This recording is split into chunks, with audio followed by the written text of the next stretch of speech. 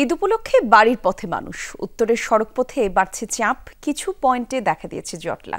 গাজীপুরের বেশিরভাগ পোশাক কারখানায় দুপুরের পর ছুটি ঘোষণা করা হয়েছে। কেউ ট্রাকে, কেউ বা বাসে করে ধরছেন বাড়ির পথ। ঢাকা টাঙ্গাইল এবং ঢাকা ময়মনসিংহ মহাসড়কের বিভিন্ন পয়েন্টে যত্রতত্র বাস থামিয়ে যাত্রী তোলা হচ্ছে। এতে চন্দ্রাসহ কয়েকটি স্থানে তৈরি হয়েছে জটলা। বরাবরের মতোই আছে বাসে বাড়তি ভাড়া আদায়ের অভিযোগ, যদিও মানুষের বাড়ি ফেরা নির্বিঘ্নে কাজ করছে আইনশৃঙ্খলা বাহিনী। নৌপথেও নিরাপত্তা জোরদার করেছে কোস্টগার্ড। ভাড়া এখন তো একটু বেশি রাখবে, কিন্তু এই সিন্ডিকেটটা আর কি এখন আইন শৃঙ্খলা বাহিনীর উপরে আর কি ফেলে দিতে হবে। ভাড়া ঈদের সময় সবসময় একটু বেশি চায় ওরা, সাধারণ সময়ের চেয়ে একটু বেশি চেয়ে থাকে, কিন্তু এই ভোগান্তি বাড়ি গিয়ে সবার মুখ দেখলে আর মনে হয় না যে এই ভোগান্তি ছিল।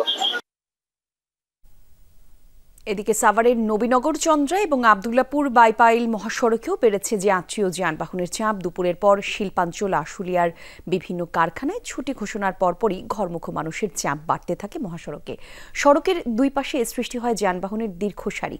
পরিস্থিতি নিয়ন্ত্রণে কাজ করছে সেনাবাহিনী সহ আইন শৃঙ্খলা রক্ষা বাহিনীর সদস্যরা।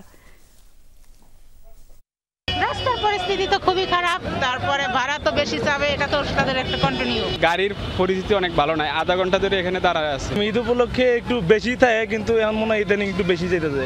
যেখানে মনে করেন যে গত ঈদেও 200 টাকা ভাড়া দিয়ে গেছি, আর এখন তো এটা প্রায় 300 টাকা ভাড়া চাইতেছে।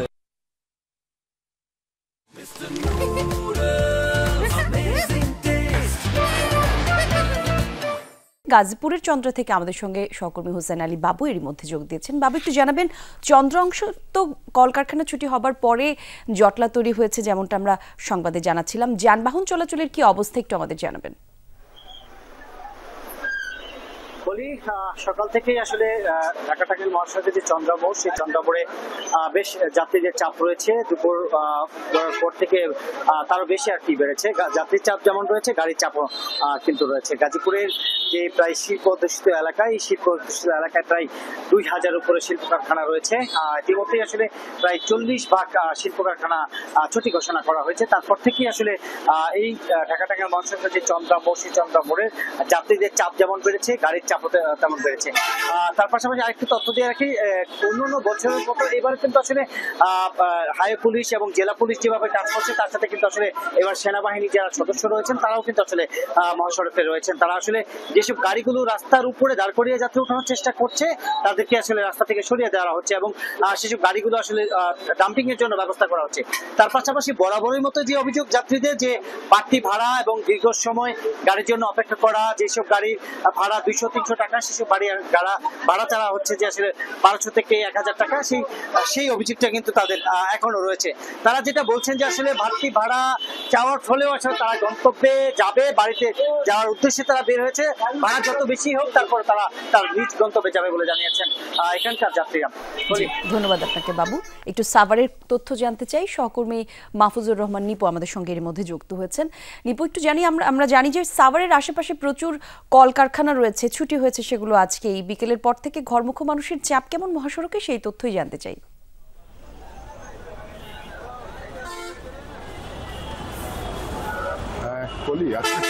যে ঈদের ছুটি কিন্তু শিল্পাঞ্চল আশুলিয়া, সাভারের অধিকাংশ পোশাক কারখানায় ছুটি ঘোষণা করেছেন এবং এই ছুটির পর, অর্থাৎ আজকে দুপুরের পর কিন্তু আমরা দেখেছি প্রতিটি বাস স্ট্যান্ডগুলিতে যারা শ্রমিক রয়েছেন তারা কিন্তু এসে জড়ো হয়েছেন এবং তাদের যে গন্তব্যে যাওয়ার জন্য তারা কাঙ্ক্ষিত যে যানবাহন, সেটি কিন্তু খুঁজছেন। আজকে যদি একটু বলতে চাই, নবীনগর চন্দ্রা, আবদুল্লাপুর বাইপাইল, এই দুটি সড়ক যারা ব্যবহার করবেন উত্তরবঙ্গগামী মানুষজন, তাদের কিন্তু বেশ ভোগান্তি পোহাতে হবে। অর্থাৎ নবীনগর চন্দ্রা মহাসড়কের বাইপাইল পয়েন্ট যেটি রয়েছে ত্রিমুখী, সেই পয়েন্টে কিন্তু যানবাহনের দীর্ঘ সারি রয়েছে এবং আবদুল্লাপুর বাইপাইল মহাসড়ক যেটি রয়েছেন, সেখানেও কিন্তু যানবাহনের দীর্ঘ সারি রয়েছে। এই দুটি কারণ একটু জানিয়ে রাখি, কারণ আপনারা জানেন যে ঢাকা এলিভেটেড এক্সপ্রেসওয়ে এর কাজ চলছে এবং বিগত যে কয়েকদিন যাবত যে টানা বৃষ্টি হয়েছে, এর জন্য কিন্তু যানবাহনের বেশ কয়েকটি জায়গায় খানাখদ্য সৃষ্টি হয়েছে। আর যেটি সড়ক জনপথ বিভাগ কিন্তু সেটি এখনো পর্যন্ত সংস্কার করেনি, যার কারণে কিন্তু ধীরগতি কিন্তু আরো বেশি চলছে। এমনিতেই যানজটের সময় আর তার মধ্যে সড়কের একটি বেহাল দশা, সবকিছু মিলিয়ে বলা চলে যে আসলে ভালো খবর নেই এই সড়কটিতে। যদিও আইন শৃঙ্খলা রক্ষাকারী বাহিনী তারা কাজ করে যাচ্ছেন, সকাল থেকে আমরা দেখেছি সেনাবাহিনী কাজ করে যাচ্ছেন, প্রতিটি পয়েন্টে আমরা দেখেছি তারা চেষ্টা করছেন যাতে যানবাহনগুলো জটলা ছাড়াই পৌঁছতে পারে।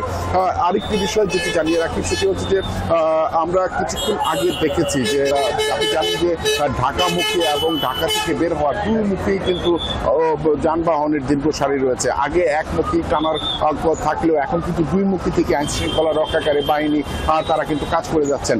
তবে সবকিছু মিলিয়ে বলা চলে এখন পর্যন্ত একেবারে যে কঠিন যে যানজট তেমনটি না হলেও যানবাহনে কিন্তু ধীর গতি রয়েছেন। তো পরবর্তীতে আপনাকে আরো বিস্তারিত তথ্য জানতে পারবো। ধন্যবাদ আপনাকে।